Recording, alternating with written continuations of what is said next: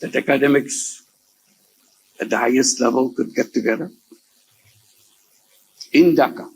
It's important that this is Dhaka.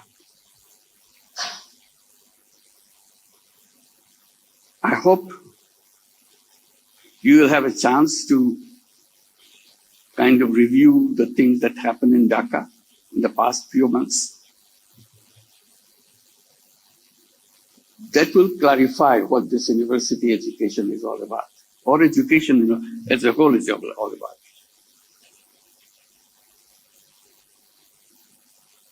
I'm here, my colleagues are here, because something happened in Dhaka. Otherwise, there's no reason for me to be here, for my colleagues to be here. And I thought that will be the core of the subject to discuss in this gathering. Who are these young people that we are dealing with? They have their own mind.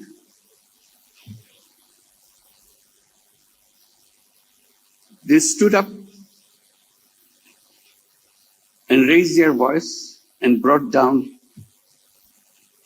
the ugliest fascist regime you could ever think of, given their lives. It would be a missed opportunity if you don't spend some time on understanding what they did a few months back on this very city. What was their expectation?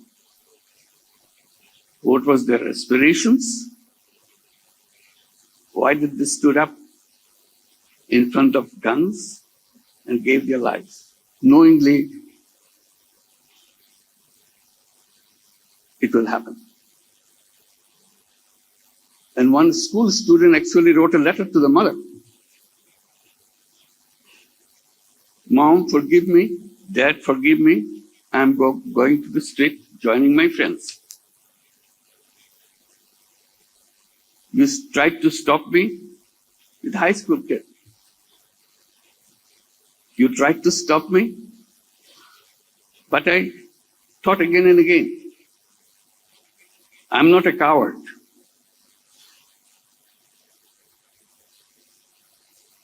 My friends are on the street, they are giving their lives. I cannot hide here sitting and hearing about that. So I'm leaving, forgive me for that. If I don't come back, please forgive me.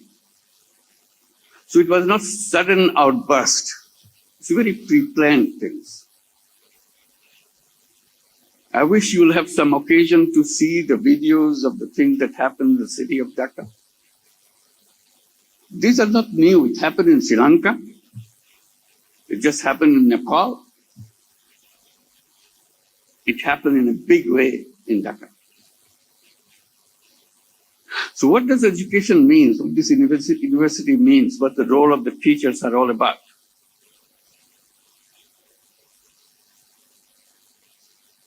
So they are the ones standing in front of the students trying to calm them down. Didn't listen. Gave their lives and made it happen. Now it's election time. Election is coming up on 12th of February. The uprising tore apart everything. They created their own charter, July Charter, to undo everything that we are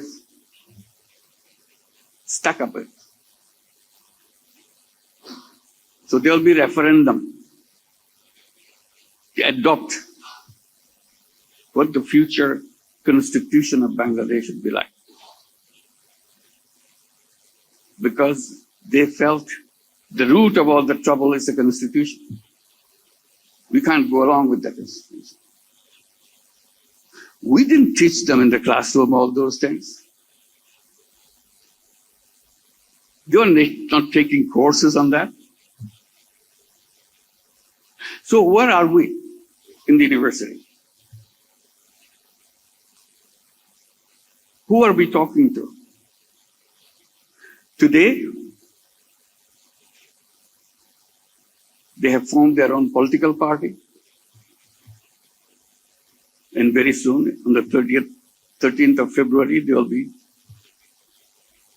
on the ballots. I'm sure some of them will get elected. They were in our classroom the other day. Now they are on the street, and then they are in the political party of their own. And if they get elected, someone may be the education minister. Tell us, the community of educators, what education is all about. What the university education would be like, what it should be. So it's a world of very different kind. So we have to pay attention to what's going on and what is coming up. Old ways of doing things is a self-destructing mechanism.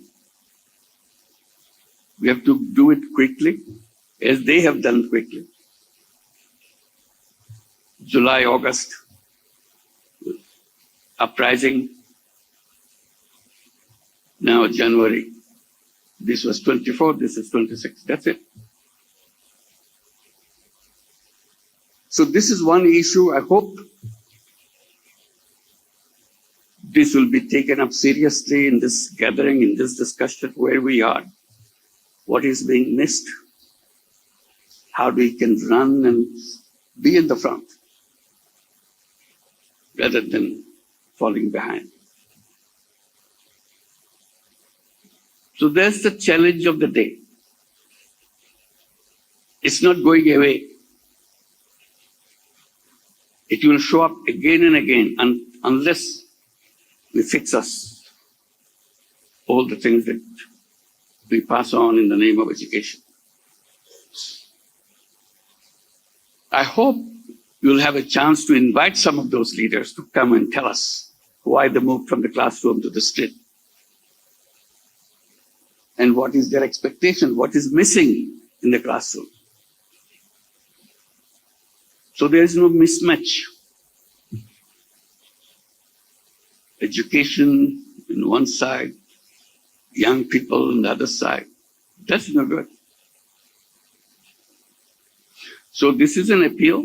See if you can look through the videos since you missed out the real happening, but only a few months back, right here on the street. And ask yourself, what does it mean to us as a whole region, not just one country? The other issues that I wanted to share, which I have been fondly pursuing as a lone voice, probably, that our education system is wrong. This is a simple point I was making, I keep making. Our education system is job-oriented education. In the back of our mind, that everything we do, we think, if you go through this, if a student goes through this courses, they'll be good enough to take a job. If he or she fails to take a job, we think it's failure on the part of the student, not us.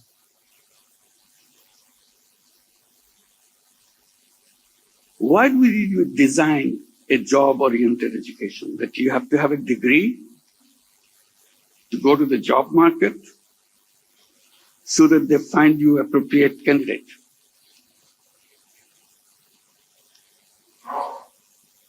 Is this the purpose of education? I'm sure you've gone through many times from a different perspective. How to adapt your syllabus and everything to be appropriate for the market, quote unquote market. My position always has been, human beings are not born as slaves. Each human being is a free person. Job comes from the tradition of slavery. You slave for somebody. You don't like the job, but you do it because they pay you. That's slavery. My lonely voice is saying that human beings are born as a creative being. That's how we survived in this planet, as a creative being. From the very day we are born, we are creative. Even as a baby, we are creative. Creativity is essence of human being. Job is the negation of it. It takes away your creativity. You take orders. That's slavery.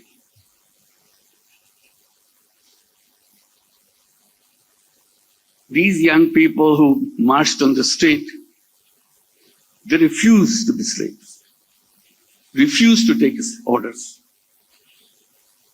And that's where the conflict began. So what kind of education that you will be giving? This is a question I raise with you. You may dismiss it. You may pause for a while. But this is my point. Should we continue this education to create slaves? Turning creative being into slaves. That's a criminal job.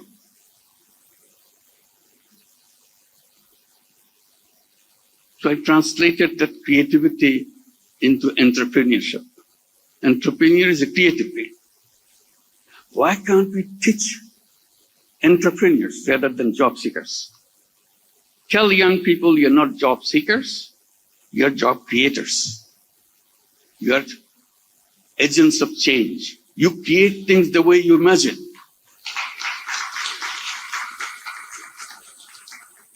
Imagination is the essence of human being.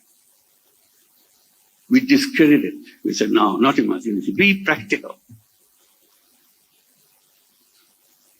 Human beings are not born to be practical. They are born with enormous power of imagination. That's what drives them, makes them fall crazy. That's why they gave lives, imagination. They had nothing on the street. They had an imagination. We want to build a new Bangladesh. That's their slogan.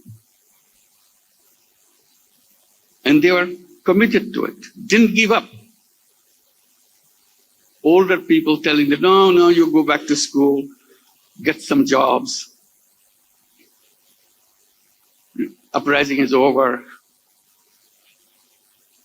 Fascist regime disappeared. Now go back. They said, no, we're not going to go back. We came here for a purpose, not just throwing away a regime. We want to create the country in the imagination that we have. As you go around in Dhaka city, you'll be doing probably between sessions or after the sessions, you'll see the walls on the street. Every wall is painted. Still the painting is on. These are not artists. All these young people are not artists. Just the kids from every family. Family is not a rich family. Very mundane, everyday family is struggling with their life. The kid is coming out, having some imagination about what the country should be. That's all. Burning idea in them. So while they are fighting on the street, giving their lives, they are painting on the wall. What's wrong with this society? They draw pictures. They're not painters. They've never painted anything before, but this time they did. It's all there. Amazing expressions. You don't have them in their textbooks. They never learned from any poem or anything. Just figured it out, what this is all about.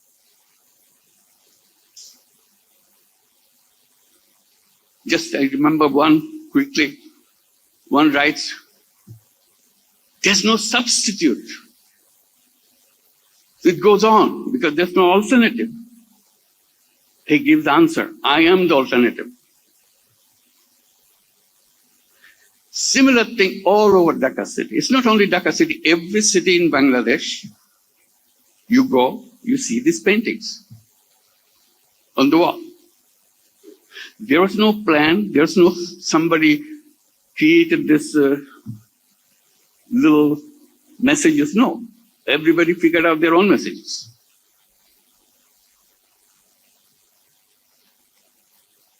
They just go to the little shop on the street, ask for money. Please give me some money. I want to buy some paint and some brush so that I can paint something on the wall. This is where the money came from. But there was no planning authority designing who should do what, nothing. That is the inner creativity every single human being. So education right there on the street. But we refuse to learn. We go back to the books. We write, we learn how to write a good application for a job. That's the mismatch. I hope we could debate and discuss what education should be. Students have not raised that issue yet. They're so busy with the political issues. But someday they will raise that issue. What is education? Why are you teaching this? Who needs it? They will define what the education should be. And we should help them. Because we failed.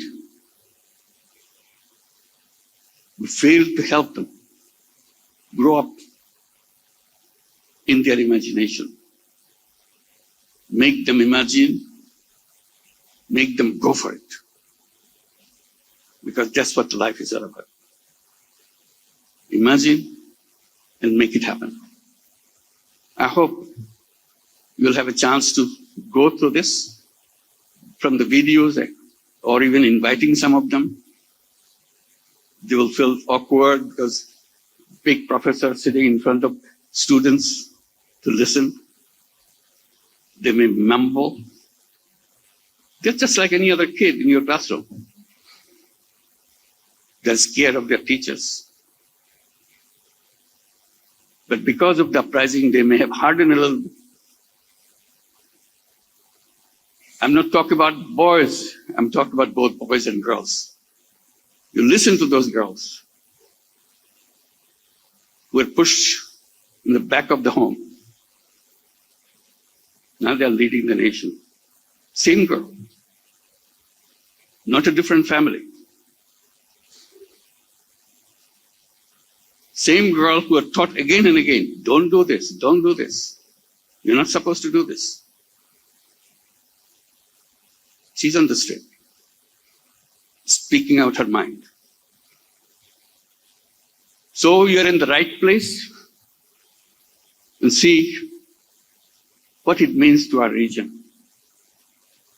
Our region is a one totality. It's not pieces that doesn't fit into the picture. It is a one whole picture. We work together. We learn from each other. We are a family. Politicians make them forget that. So we have to rediscover ourselves. Thank you. I'm very happy to be with you. Sorry for all this on-the-spot remarks. I hope it will mean something to you. Thank you very much.